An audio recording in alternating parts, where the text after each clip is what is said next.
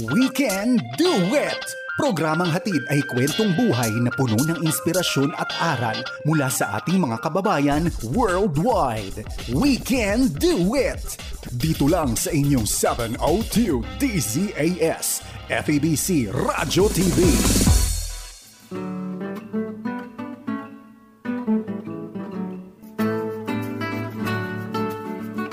From Southern California, the Far East Broadcasting Company presents We Can Do It! Alam mo, Ate Maru, hinihintay ko yung bahagi na yan. Tuwan-tuwa ako pag sinasabi mo, we can do it. You say it with such excitement. Nakakatuwa ka kasama sa radyo, sa TV. Nakakapanggigil. Nakakatuwa ka talaga. Kasi kaya nga sinasabi ko, when I say there's strength, there's obedience. I can do it. We can do it, Lord. You know, just help me. We can do it. Napakaganda. It's a very, very positive thing that you can say even to a person sa bahay, sa ano. Opo. Hey, huwag ka mag-alala. We can do it. Di ba? Mga kaibigan. Sabi nga sa Tagalog, kakayanin natin yan. Sa tulong ng Panginoon. We're so blessed. We're so blessed to have this program and a source of an inspiration sa ating mga tagapakinig at televiewers, mga viewers natin sa Facebook. Amen. And I'm so glad. Speaking of Marso at Pebrero, hindi nalalaman ng mga taga-Pilipinas. Nasa Pilipinas po si Ate Maru ninyo. Ditong Pebrero at Marso. Yeah. Kaya alam ko, init na init ka diyan. Pero salamat sa iyong presensya sa Pilipinas, Ate. Marami ka mga pictures na ginagawa. Ano po? Yeah, oo. At maghahanap din tayo ng mga interview doon ba? Diyan naman. Alam mo naman tayo, pag nakipag-usap, pakinggan ko. Sasabihin ito.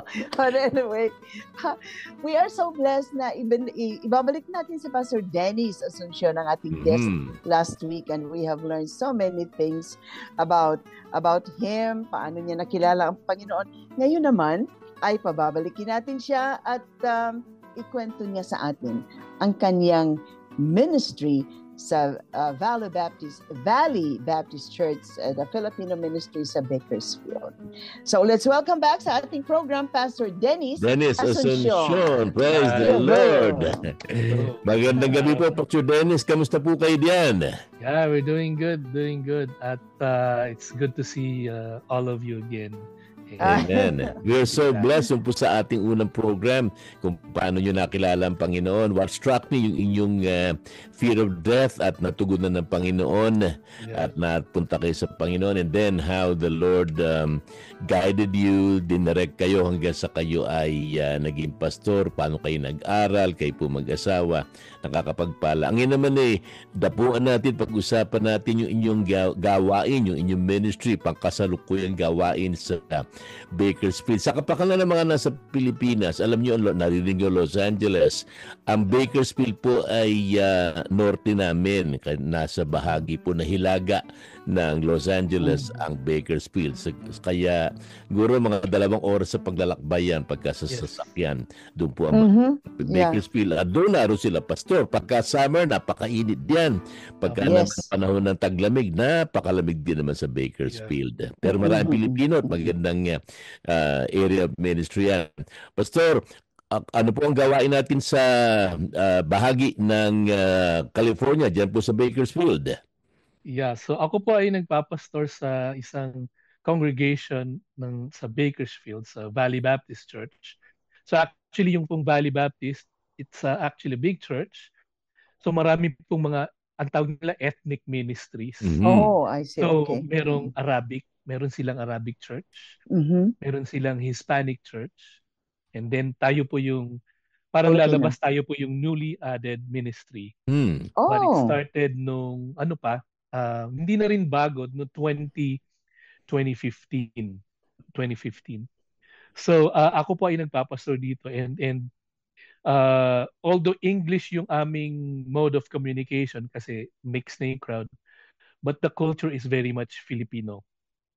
Kasi po yung mga kababayan natin away from home, naghahanap sila ng mga kapwa Pilipino, kapwa Christian na they wanna blend in they want to have fellowship with. So basically, yun po yung ating ministry, to gather all Filipino. And isa po sa mga sinasabi ko doon sa mga kasamahan nating mga Amerikano, kapatid na Amerikano, we might be speaking the same language, but the culture is still a bit distinct. It's still distinct. Correct. Uh-huh. Mm-hmm. Your jokes are different from our jokes. Your food are different from our food. And they respect that. And one of the things na yung pong sinasabi ng Valley is they love the fact that they have a Filipino ministry. So meron pong mga Bible studies, home Bible studies. Mm-hmm. And yung pong ating ministry doon is very much event driven.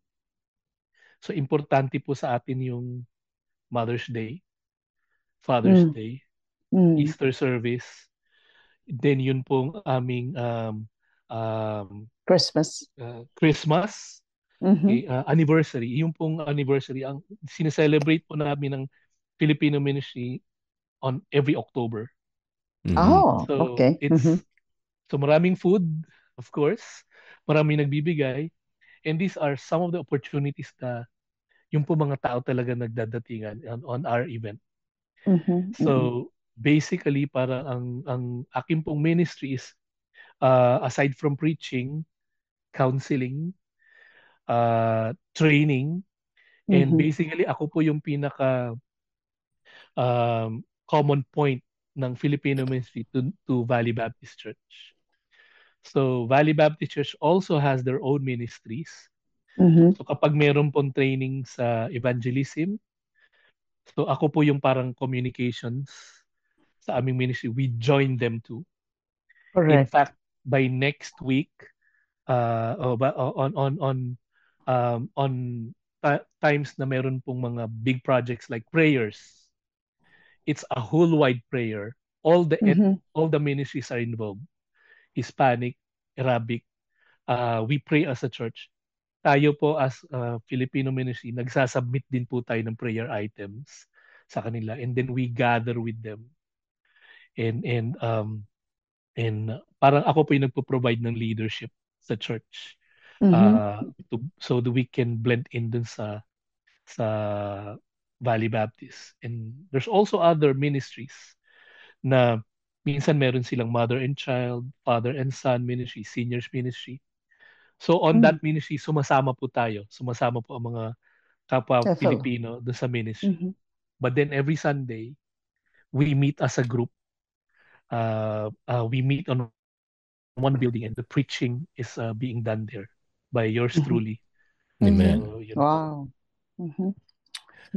Para sa kapakanan ng mga manonood, tagapakinig natin sa Pilipinas, dito sa Estados Unidos, pangkaraniwan na ngayon yung mga ministries na tinatawag. Kasi sa mga churches, predominantly siyempre mga American churches na nasa Amerika tayo Pero marami na kasi mga Pilipino, kaya so nakikita ko dalawang klase ng mga Filipino churches na nasa isang malaking church, language-based Filipino churches, kung sila, or culture-based, maaaring tulad nila pastor, English ang ginagamit, pero nakakaakit ito sa mga Pilipino na sumama doon sa pagsambang yon, although sa English, dahil sa mga Pilipino ang kasama nila. Pero huwag mawawala, at nagpapasalamat ako na gano'n ang model ng ministry ng Valley Baptist sa Bakersfield, na yung senior minister, meron siyang oversight sa lahat ng mga ethnic congregations. Meron sila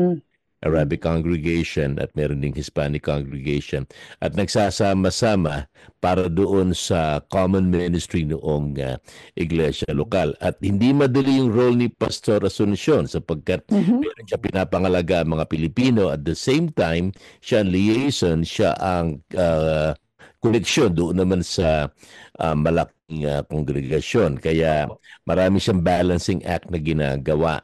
At payo ko lang sa mga kababayan natin na maging kabahagi tayo ng kalakhang iglesia na iba kasi nagiging parang isang kaharian yung kanilang ethnic Correct. congregation, ano po, mapa Korean, mapa Chinese, mapa Hispanic, halimbawa, ano po, wag mangyari sa ating mga Pilipino kundi makita na tayo ay marunong lumaro sa ministry ng iglesia lokal. At nakikita ko na itong ginagawa ni Pastor Asuncion. Kaya kudos to you, Pastor Asuncion.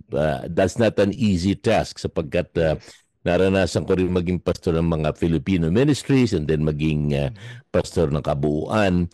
At ang pinakamahalaga dito ay kabahagi tayo na huwag natin kakalimutan na kabahagi tayo nung pinaka ministry ng iglesia lokal. Kaya purihin ang Panginoon sa ginagawa ng Diyos sa inyong buhay, Pastor Asuncion. Amen. Thank you po. Yeah. Napakaganda kasi we Filipinos, we can easily blend in. Yes. Yun ang ano ko. Hindi yung personality ng mga Filipinos, madali mag-blend in, you know. Yes. Totoo po yun. At we communicate well din sa English. Yes. So at saka friendly Yes. talaga ang mga Pilipino. So you don't have that much problem sa mga relationship naman, Pastor. Well, so as far as a relationship, you really have to know how to dance around. Yeah. Siguro ang maganda po sa being in a mixed crowd, kasi alam nyo naman po yung Pilipino, minsan maramdamin tayo. Parang you need to know how to navigate. But the Lord is using the situation na may mga kasama kaming Amerikano na talking straight is just a normal thing. Being frank, being open to ideas. So in a way, ginagamit ng Panginoon yun to somehow help me in my ministry as well. So we can talk about things na walang drama. We can talk about work. And yet also hindi mo rin minsan may iwasan na may mga damdamin pa rin eh. It still happens. But somehow yung situation yun when you are in a culture na addresses issues mentally, in a way dapat matuto ka rin ba to adjust, to forget about your feelings and handle situations objectively, not subjectively. And po. Napakahirap ng role ng pastor, ano, para kayong pacifier, yun, palagi kayo nasa gitna. Totoo po. At hindi pero pag na-master niyo yun, God is with you, and you know, sabi nga ng isang listener natin na si Aida Purificacion from Cavite, she died already, sabi niya, let the mind of the master be the master of your mind. Yes. Yeah. It was a very nice talaga nung sinabi ni Aida yon. I don't know if you remember Aida Purificacion, Dave. I do. At You do. Napakalaking impluwensya niya sa napakarami mga tao. Sa kabila ng kanyang kapansanan, nakita natin ang buhay ng Panginoon. Balikin natin kay Pastor Asuncion at yung po mga hamon na inyong kinakaharap, isa na po sa nabanggit ninyo, ano po, yung kanina, yung patungkol sa pagiging maramdamin mga Pilipino. Siyempre, hindi nawawala yan eh. Napunta sa Amerika, pero yung maaari nakaka-English tayo, pero yung ating kultura, pag-uugali, pagiging sensitibo, naroon pa rin yan eh.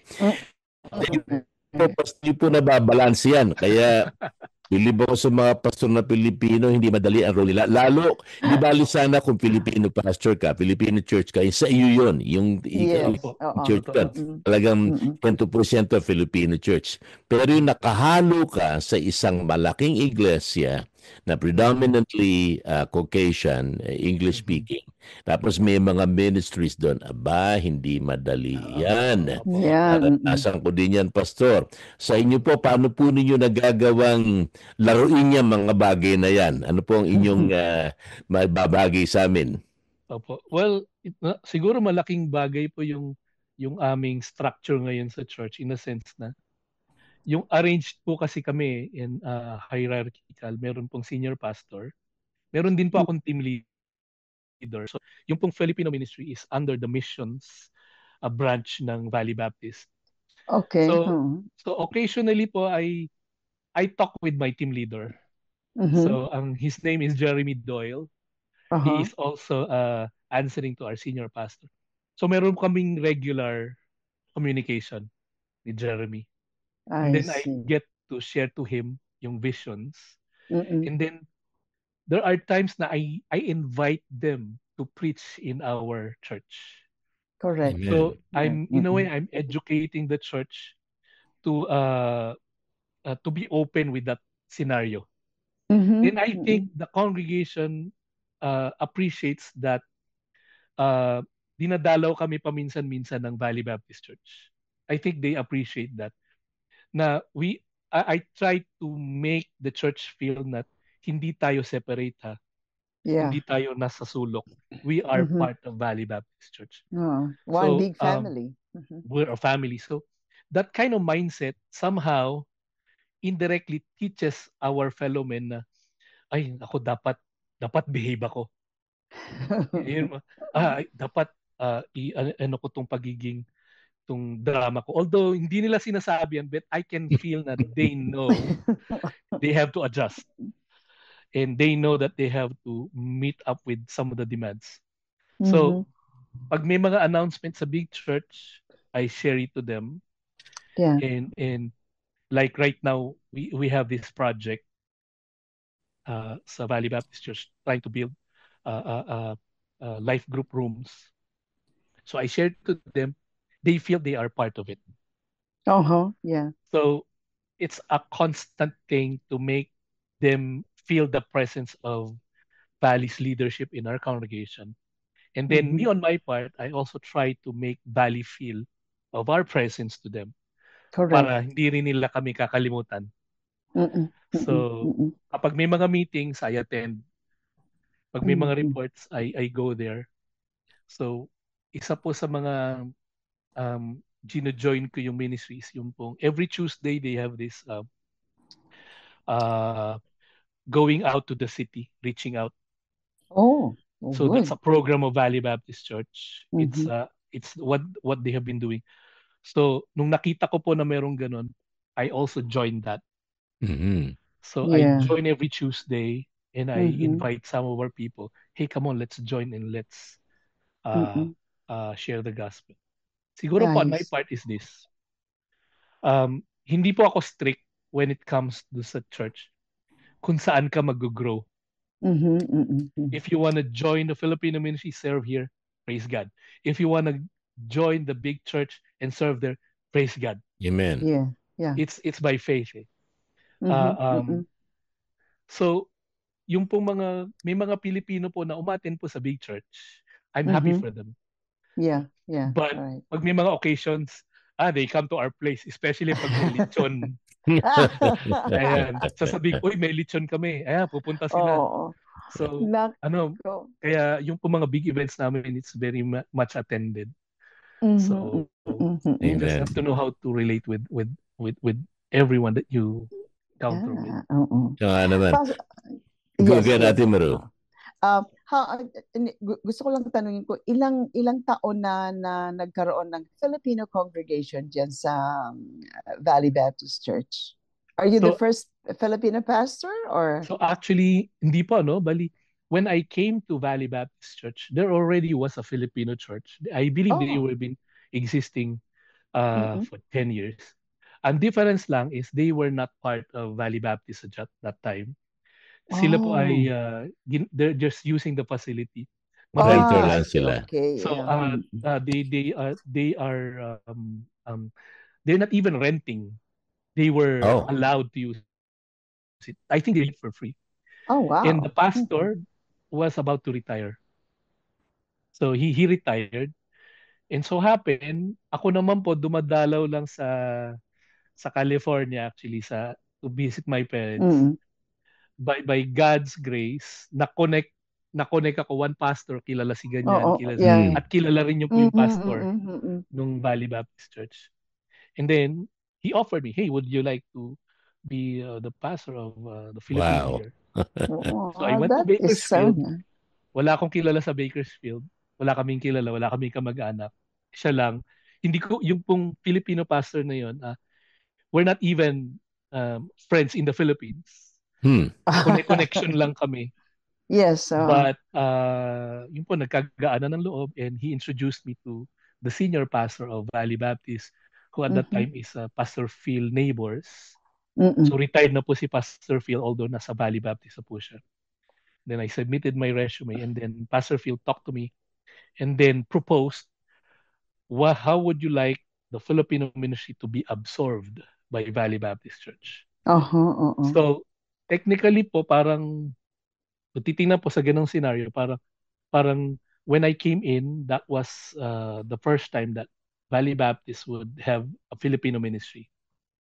Although, a Filipino ministry of their own, yung pong dating Filipino church, partners po sila. Ginamit din po ng Panginoon yun to somehow lay down the foundation for them having a Filipino ministry. Amen. Amen. That is an excellent model, Pastor. At ang akin lang sinasabi sa mga Filipino churches na one word, yung pagiging inclusive. Kasi ang kabaliktaran niyan ay pagiging exclusive. Ang ginagawa nila, puro lang kami Pilipino para lang doon sa amin lang tropa ito. Ay huwag ganoon. Maging bahagi tayo ng kaharian ng Diyos na mag-reach out tayo doon sa ibang kultura. Mother Church yan o ibang kongregasyon, makita nila na iba unang-una anak kay Kristo. Pangalawa, iba ang Kristiyano. Pangatlo, iba ang Pilipino. Na marunong tayo lumaro sa ganyang mga konteksto. Ano po? Exactly. Mahirap gawin yun, pero pagka pinangunahan na isang pastor at nararamdaman ko, nakikita ko na ito ang minumodelo, ito ang ginagawang lifestyle ni Pastor Dennis, sumusunod sa kanya yung kongregasyon. At sa mga kapatiran sa Bakersfield, kung nakikinig at nanonood ngayon, sundin nyo ang inyong Pastor Asuncion at huwag niyong pasakitin ang ulo niyan. Ano po? Napatulungan niyo sila na maging maganda ang gawain. Unang-una para ito sa kapakanan ng ating Panginoon at para sa karangalan ng kanyang pangalan. Amen. Amen. Amen. So, Pastor, thank you so much for sharing the ministry, and I know God is using you there mightily. Pilipino man o hindi man Pilipino, alam mo naman ang mga Pilipino madali din. Yun ang aking observation kasi ang aming church ngayon is mixed din. Yes. No, maraming mga Hispanic, may American, may Korean, may Chinese, may Vietnamese. So it's just a matter of blending in. Parang isang family na syempre should also show decency at saka respect. Number one is respect. Sometimes kasi sa isa yun sa mga yung mga pananamit ng ganito, yung napapansin mo na napapag-usapan, and it causes a lot of division. And I'm glad na you, Kuya Dave, I know you have mastered all of these because you have congregation in other parts of the world. Global bala. At naging pastor din ako ng Filipino ministry, nakapailalim sa isang mother church at naging senior pastor na din na ang Pilipino pinaka-dominanting kongregasyon. Naranasan din namin maging tenant congregation, iba-ibang modelo pero ang pinakamaganda dyan, saan man tayo yung konteksto naroroon, magamit tayo ng Panginoon na mapalaganap natin ang kanyang kaharian at maging inclusive tayo. At tayo nakikinabang, hindi tayo nawawala sa ganong pane. Mayroon kasabihan kami dyan, may action kami na siya nagtatayo ng bakuran ang nagiging tagalabas. Pagka nagtayo ng bakuran, nagiging tagalabas ka. Kaya buwagin natin yung mga pader na yan at mag-reach tayo sa iba't ibang kultura at magpapalain ng Panginoon. May kasabihan tayo, when in Rome, do as the Romans do. Nasa Estados Unidos tayo. Kaya makisama tayo sa ibang kultura. Salamat, Pastor Dennis, sa iyong insight at sa Ate Maru sa iyong perspective. Yeah, wow. Thank you once again, Pastor. At alam ko, you still have so many things, especially your wife, ha? I Yes. guess natin din dito sa program. And she's a very Sige nice po. lady. So, kami po ay reminder lang sa ating mga tagapakinig at you tell your friends about our program. No? Enjoy kami dito. I'm sure na napupulutan din ninyo ng mga aral ang ating programa. So it's the title of the program is You and Us, We Can Do It. At ito ay napapakinggan sa FEBC Radio TV at napapanood sa Facebook Live at sa YouTube channel ng 702 DZAS FEBC Radio TV. Ganon din, napapakinggan din tayo sa DXKI 1062 Coronadal, South Cotabato tuwing Miyerkules ng hapon, alas 5:30. So kami po ay pansamantalang papaalam. Wala tayong oras, Dave? We always run out of time. But anyway, thank you so much for Pastor Dennis. At ito po ang inyong mga kaibigan, so we can do it. Ate Maru Cepeda Javier kasama si Dave Marcelo po at ang ating engineer sa control, ang ating kapatid na Desa Magtunaw. Nagpapasalamat sa inyong pakikinig at tandaan natin, pagkasama natin ng Panginoon, ano man ang ating sitwasyon, we can do it! Inyong narinig ang We Can Do It dito lamang sa inyong 702 DZAS FEBC Radio TV, agapay ng sambayanan.